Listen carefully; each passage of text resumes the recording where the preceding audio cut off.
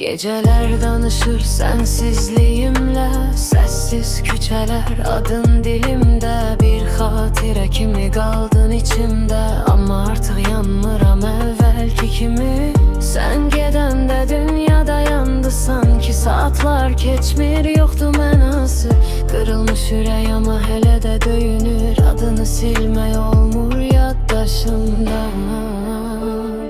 Mən düştüm ama qalxdım yenə, kül oldum, doğuldum yenə.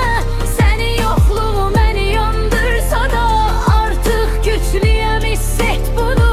Sən getdin ama mən qaldım, qırıldım ama yenə yazdım. Bu ürək sönməz, alışar yenə. Mən yanaram ama yıxılmaram, sən yoxsan ama mən varam. Kül içindən doğularam, bu hekayə bitməz belə. Mən qalibəm, sən sadəcə keçmiş. Geceler danışır sensizliğimle, sessiz küçeler adın dilimde. Bir hatire kimi kaldın içimde, ama artık yanmıram evvelki kimi. Sen gedende dünyada yandı sanki, saatler geçmir yoktu mənası. Kırılmış ürək ama hele de döyünür, adını silmək olmur yaddaşımda.